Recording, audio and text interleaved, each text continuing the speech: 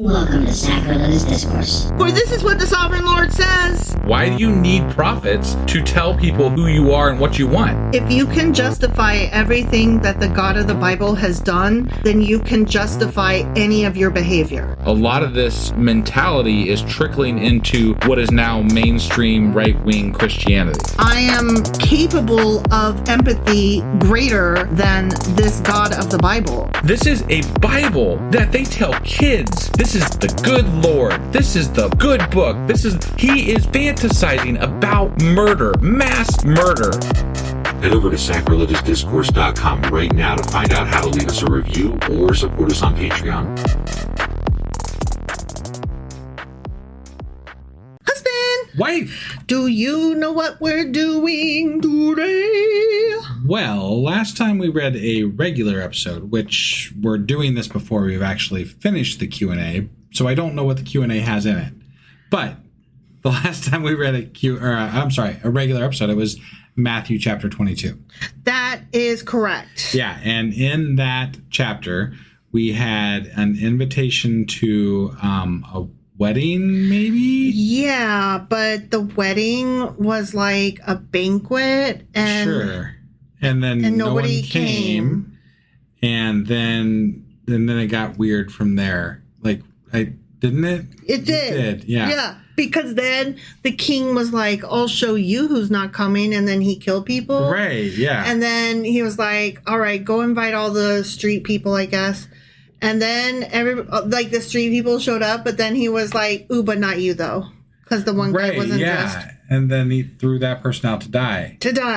Yeah, which was supposed to be some sort of a message about how God is going to treat people in heaven, which sounded really mean and shitty. It sounded very gatekeepy, but I did learn more about it. So whenever we do our Q&A, listen, chapter 21 is so many notes, and then chapter 22 is so many more notes. Well, so we're talking about chapter 22 right now because we're reviewing it. That's what we did last time as the regular chapter. But I did learn about what that wedding stuff meant. So we'll get into that.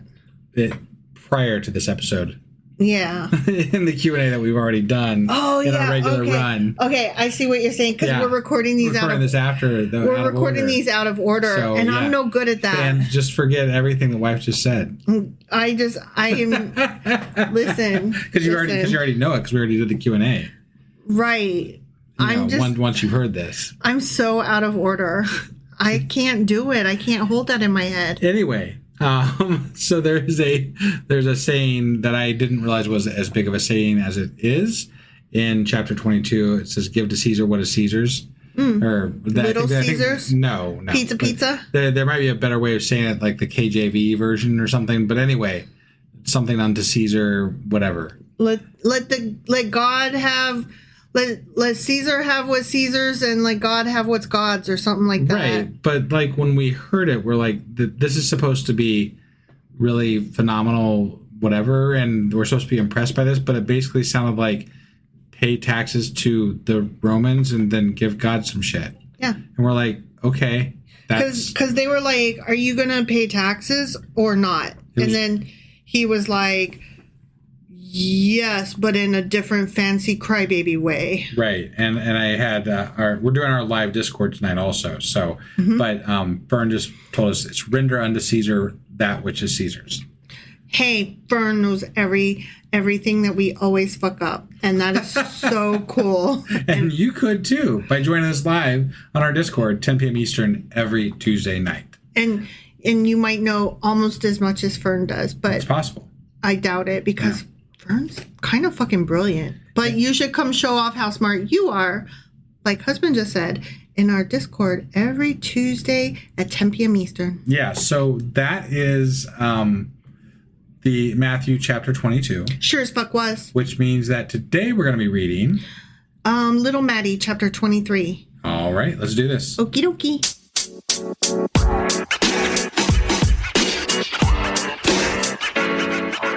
All right, we's hopping into Little Maddie, chapter 23. Okay. You ready? Yeah. Okay. Then Jesus said to the crowds and to his disciples, yeah, in red ink, okay, The teachers of the law and the Pharisees sit in Moses' seat. But did Moses put his name on it or something? Like what in his... I'm just like... But didn't they just claim, like, earlier in Matthew, didn't they claim that, what the fuck is his name? The Baptist guy? Oh, John the Baptist? Yeah. That Baptist oh, wait, guy? no. I'm sorry, they were trying to compare Jesus to Moses. Yeah. There's been so many comparisons to Jesus to Moses throughout this whole fucking book. I was thinking of Elijah, but that was John the Baptist. Yeah. But they've been comparing Jesus to Moses throughout this whole fucking book, and now they have the audacity to say that these people are sitting in Moses' seat. Like, y'all are trying to claim Moses shit, and none of you are different. So whatever. I'm sorry. I'm interrupting too quickly, but I'm like, how are you going to sit here and bitch about the same thing you're doing? Right? The very audacity. Right. All right. So he's like, the teachers of the law and the Pharisees sit in Moses' seat. So you must be careful to do everything they tell you, but do not do what they do, for they do not practice what they preach. They ain't Moses incorrectly. You don't know how. Do you even, Moses? Look. I did not know that practice what you preach was actually in the Bible. That's funny. And I also did not know that do as I say, not as I do. I did not know that also was in the Bible. That's funny to me. Right. Yeah. So he's saying these people, they got the right rules, but they don't actually do the rules. And I'm like, you are really one to speak. They don't do the Moses. I'm just like, they ain't Moses. Jesus. Right. They don't got the right Moses. Jesus. Juju stuff. Jesus. Come on. That was probably just realized I said juju. With regard to Moses. Sorry, that was not intentional, just for the record. That was wow. You suck. Sorry. All right, so anyways. Yeah. He's dumb. He continues, they tie up heavy, cumbersome loads and put them on other people's shoulders, but they themselves are not willing to lift a finger to move them. Everything they do is done for people to see. They make their phylacteries wide and the tassels on their garments long. They love the place of honor at banquets and the most important seats in the synagogues. They love to be greeted. This sounds like every Christian, right? all the churches. I mean, but like in reality, Jesus is drawing quite a bit of attention himself for doing some crazy ass shit. Listen, this whole book is about you, right? Like you just have audacity. Yeah. They love to be greeted with respect in the marketplaces and to be called rabbi by others. You mean like our landlord at that one house, pastor? Yeah. I won't say his name, but no. But that was his name, was Pastor Blank.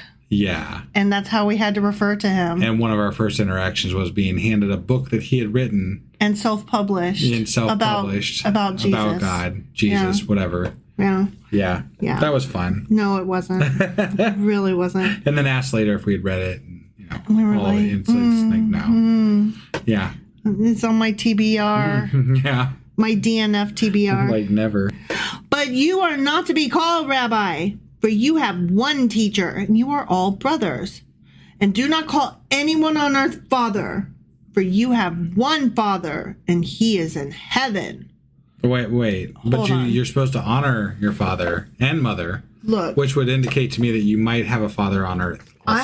I have a father, and my father is alive. Right. And he is on earth. Yeah. And I don't understand. I understand what he's trying to say, but it doesn't go with what he's saying. You know what I mean? Right. It doesn't. No, I don't. It doesn't like work. This whole like dismissing your family thing that Jesus has kind of done in the New Testament is a little bothersome to me. Yeah. And look, I'm not saying you better respect your mother and father, guys, because obviously not if your mother and father are pieces of shit. No. Right. Like, it's not automatic. I'm not telling you to do that. but likewise, don't tell me that I need to dismiss them out of hand either. Right. Like, no, stop. It's a case-by-case thing. Right.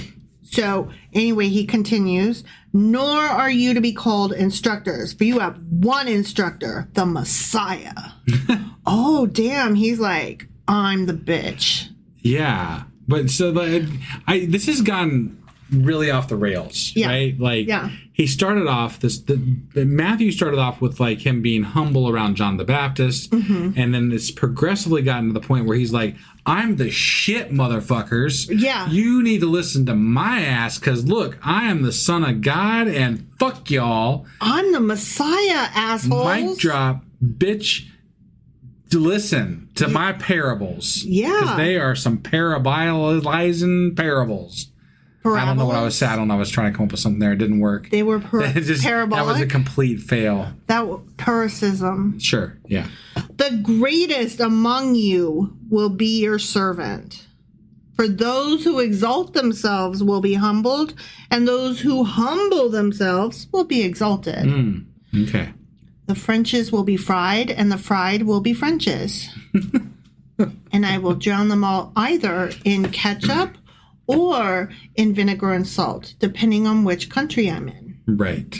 And I had a Scottish friend who ate French fries with vinegar and salt. They were so good, so good. Yeah. Okay, anyway, he continues. Right.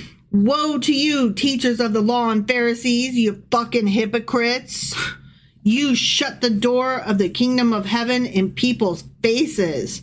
You yourself do not enter, nor will you let those enter who are trying to. Woe to you, teachers of the law and Pharisees, you fucking hypocrites. You travel over land and sea to win a single convert, and when you have succeeded, you make them twice as much a child of hell as you are. Wow. That was so... He just went so far. Yeah.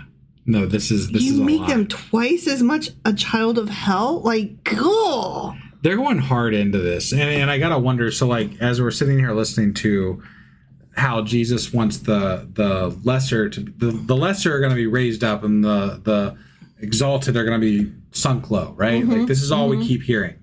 From Jesus, anyway, which I know this is going to get rectified in Paul or something. But we're not there yet. Whatever, we're not there yet. But right now, what's up with 10% tithing at church? I don't know. I mean, you're giving, if we're really, like, I feel like churches should be having their fucking sermons done on the side of a hill and not worrying about money, because y'all should be poor-ass motherfuckers who don't give a shit about money or material, whatever. You should be very cultish. If you're following Jesus's words, and it seems to me, with regard to how this all kind of pans out, but that's not how it goes. That's not how you're supposed to like give the church, 10% of your fucking money. Well, it'd be one thing if the church then took those tithings and actually did something besides building giant statues or worship bands. Yeah, well, it's pretty shitty when we drive down the highway and see a massive Jesus that we used to call foot-long Jesus, $5 foot-long Jesus, because he looked like he was measuring a Subway sandwich. Until the lightning struck him. And then he burned down, and then they built another giant Jesus that cost $1 million of, And now we call him Big Butter Jesus. Yeah, now it's Big Butter Jesus. Yeah. But he's on I-75 between Dayton and Cincinnati. Yeah. And can't miss him. It's a sight to see. It is. And I gave him the middle finger when I passed by. Yeah. Because I want him to know my heart. Okay, so Jesus continues, woe to you, blind guides. Woe to you, blind guides. See how they run? No. Yeah, I got it. Okay. No. You say, if anyone swears by the temple, it means nothing. But anyone who swears by the gold of the temple is bound by that oath.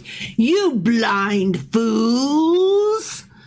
Which is greater, the gold or the temple that makes the gold sacred? You say also, if anyone swears by the altar, it means nothing. But anyone who swears by the gift on the altar is bound by that oath. You blind men! Which is greater, the gift or the altar that makes the gift sacred?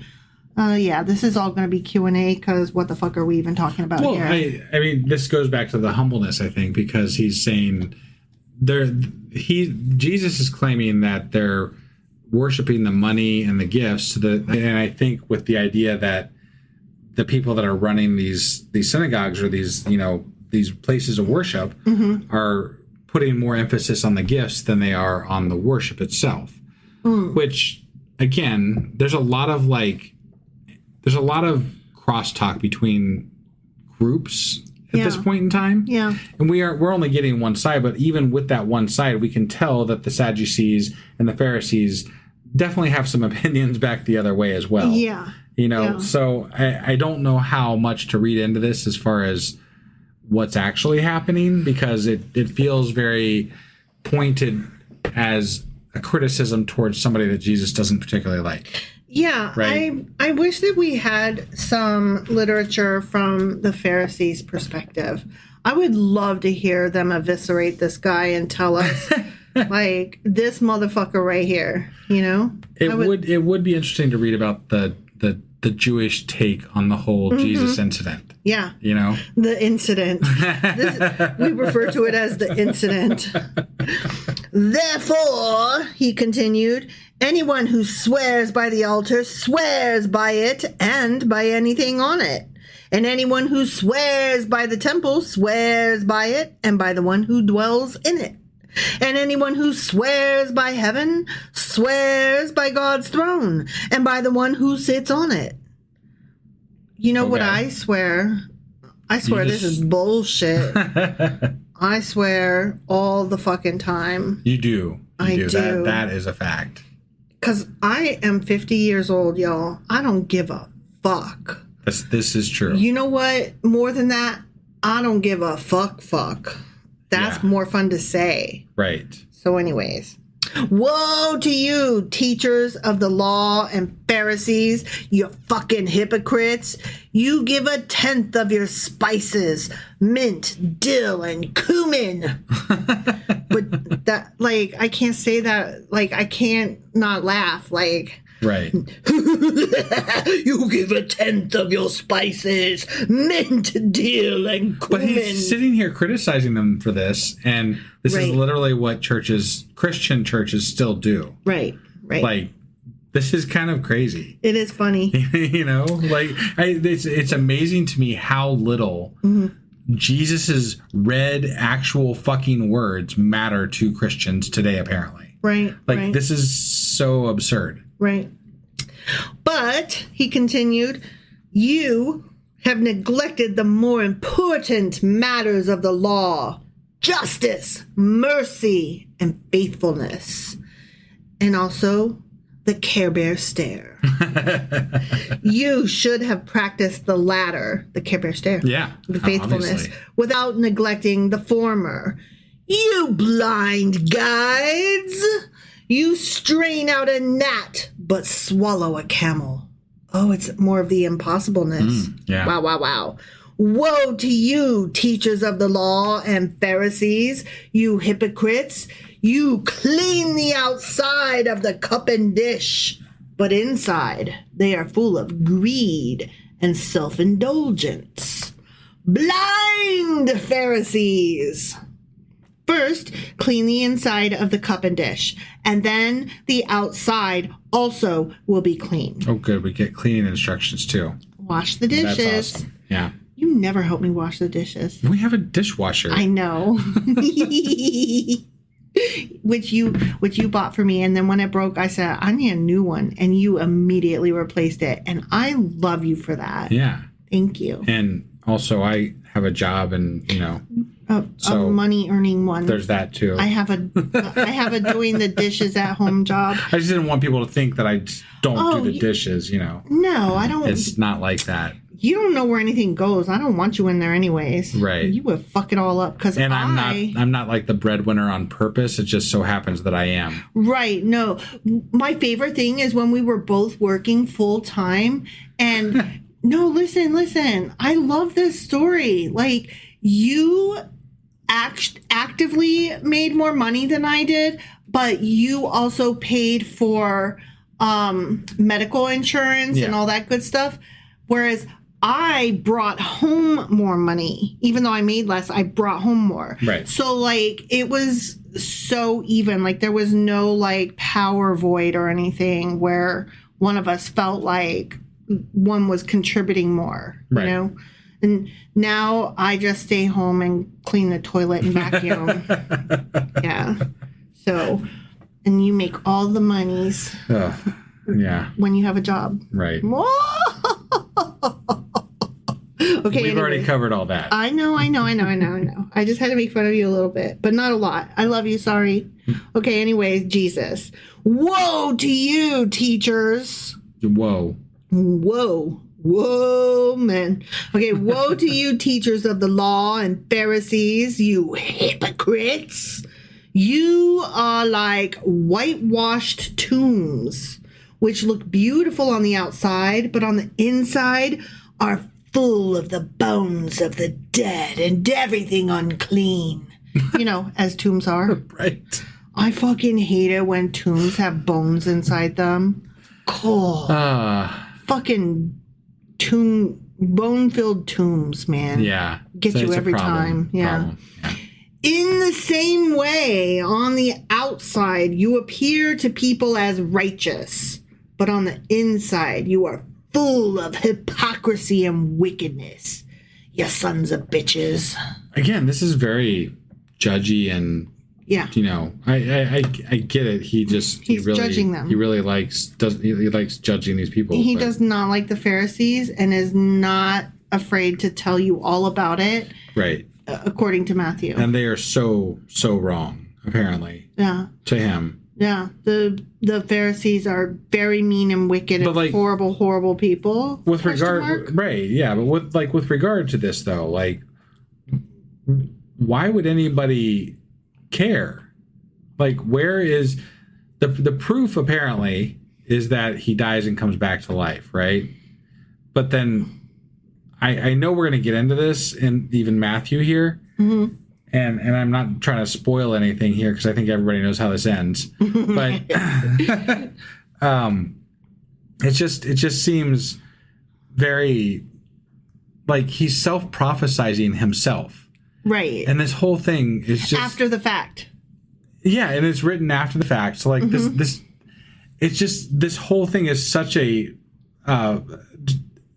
orchestrated bullshit story. It's so silly that it just seems beyond contrived. Yeah, like this just sounds so bad because it is. I know, but I had no idea. I had no idea that this story was this silly. Yeah, and convoluted. Because I just assumed that the Jesus shit must be fucking. There's gonna be some great stuff. There's gonna be some good Jesus stuff, right? That's what we assume. But I feel like when you go to church, you just hear like the wonderful passages, and you hear it said in the King James version manner, so that the lion lay down with the lamb. You're not really listening to the words, right? Jesus was good, and he said good, and he did good, and it was good. Right, and these people were bad, and then la la la. So say we all, right? The pastures, the green grass grows all around, right. And the green grass grows. Yeah. It's just there's a way to make this sound beautiful, but I don't have it in me to do it while reading it. No, this is terrible. This is terrible. Anyway, sorry, I went off that. That's enough of me saying that it's terrible because that's pretty obvious. So Jesus is saying to the Pharisees and whatnot, y'all full of hypocrisy and wickedness, and I'm awesome. Okay? Yeah. Woe to you, teachers of the law and Pharisees, you hypocrites.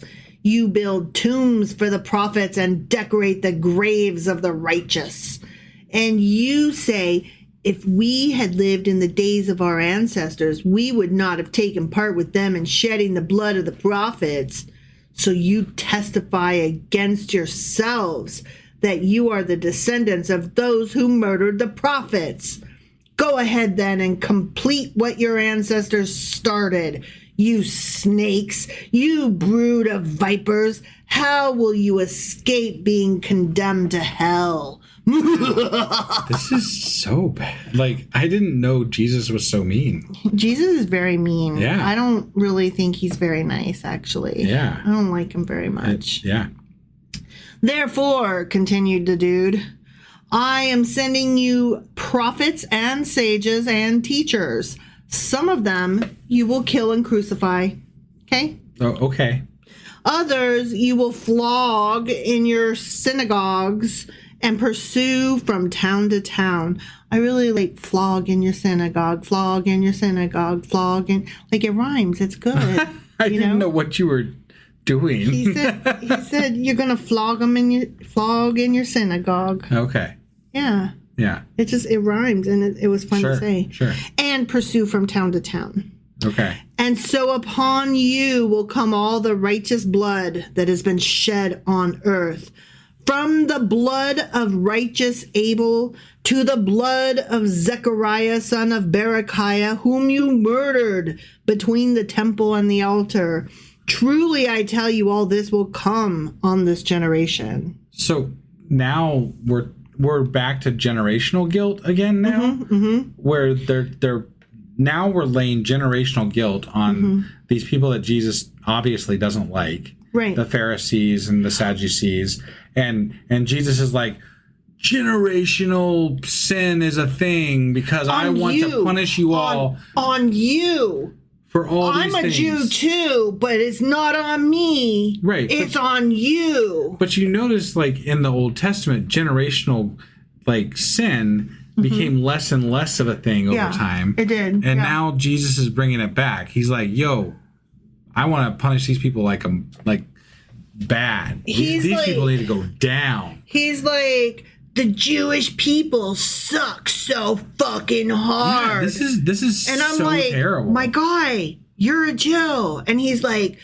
but not today. I feel like he was a Jew up until about chapter 16 or 17. Yeah. And then he switched to full on, like, anti-Semitism. And Right? like, now we're on this fucking rampage of righteousness against Jewish people, which I'm like, I'm not really here for. You know, like, this is crazy. It doesn't feel good. Like, he's not saying I'm a different type of Jew and we're going to do this kind of Judaism. Right. He's like, no, you guys, you Judaism rule following, non-rule follower, bad Jews are bad. And you killed all the prophets and whatever. And the blood is on you. And I'm like, oh, so you... Like, okay, when I study it, like, there's always, like, you know, he was a Jewish. These were just different sects of Judaism. Right. Like, don't forget, Christianity hadn't been invented yet. This was and I'm like, I hear you, but this chapter right here reads very much like, I know where I'm going, and I'm no longer part of you because the blood is on you, not me. What? Right. What? It feels very, no, I already decided. Right. Well, and look, I'm going to say this. So, you know, if we're taking this from the point of view that he truly is Jesus, right? And there's terrible things happening in these things. Like, if we're trying to put ourselves in that place where this is a real story, which I'm not. Right. Okay, God is real. This Jesus guy, he's the son of God, and he's magical and did magic powers with his Care Bear stare. Sure. And now he's like... But okay. Sure. Okay. So let's just assume that. Sure. But we're talking about there's a God, and then there's Jesus, and we know God can harden hearts and change people's hearts and do all these things. Jesus can bring people back from the fucking dead, but instead we're going to bitch at people and condemn them to hell instead of trying to convert them. Right. And we're gonna fuck with them so hard as to just not give a shit and condemn them all to hell for generational sins because we don't like them. Like, this doesn't feel good to me. It doesn't feel feel moral. Right. It doesn't feel ethical, moral, just. It doesn't feel like all of the qualities that I espouse. It doesn't feel all of the... It doesn't feel like the qualities that people espouse, like that people give to Jesus. Right. Like it because people are always like, Jesus loves and forgives and all these things, right? Mm-hmm. But this is just straight fucking mean. Yeah. Yeah. I don't understand. I don't like it. I don't like Jesus. I used to say Jesus is just all right with me, like that song, but you know what? Jesus is not all right with me. Right. Okay? Yeah. And moreover, I'm not all right with Jesus. That's the important bit. All right, but let's bring this home, okay? All right, we got like 2 sentences left here. Sorry. No, you're fine. All right, so he's still yapping. Yeah. Jerusalem, Jerusalem, you who kill the prophets and stone those sent to you. How often I have longed to gather your children together as a hen gathers her chicks under her wings, and you were not willing. Look, your house is left to you desolate. For I tell you, you will not see me again until you say, blessed is he who comes in the name of the Lord. The end. Okay.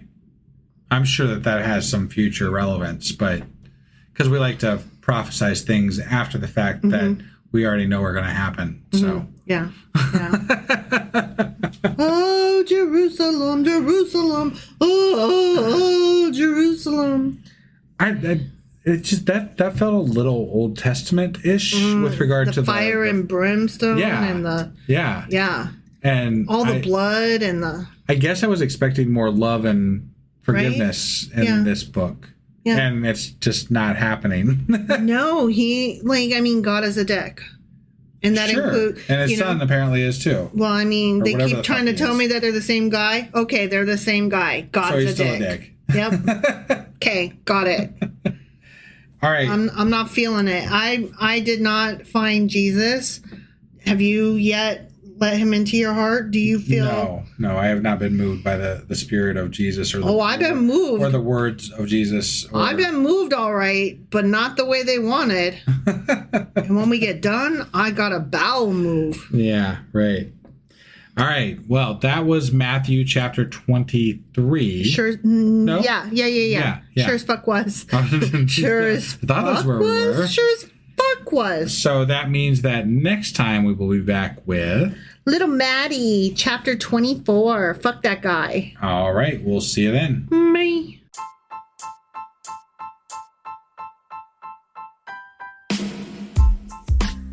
Hey, wife, I guess that's the end? But husband, that's just sad. It doesn't have to be. We are on lots of social media platforms like Twitter. Our handle there is sacrilegious_D. For D's nuts. Oh my God. Stop doing that. Anyway, we're also on Facebook, Instagram, and Pinterest. There's a link to all of our social media sites at our website. Ooh, we have a website? Yeah, it's sacrilegiousdiscourse.com, where you can also find a link to our merch shop. We have a merch shop? Yep, we have podcast-themed clothing, mugs, notebooks, and more, as well as an atheist and science-themed products. Wow, our fans should really go check that out right now. Definitely. They can get in touch with us by sending an email to sacrilegiousdiscourse@gmail.com.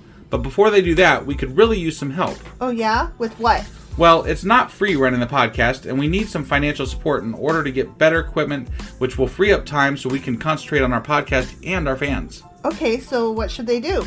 Head over to patreon.com/sacrilegiousdiscourse and sign up as a contributor on our podcast. Supporters there receive additional bi-weekly episodes that we record just for our Patreon members for as little as $2 a month. Also, we'd really appreciate it if you would like and subscribe on whatever platform you're using. And Apple Podcast reviews help us out tremendously. Like and subscribe. Leave an Apple review. Join us on Twitter. Support us on Patreon. That's a lot of instructions. Don't forget to say thanks. Thanks. Okay, bye.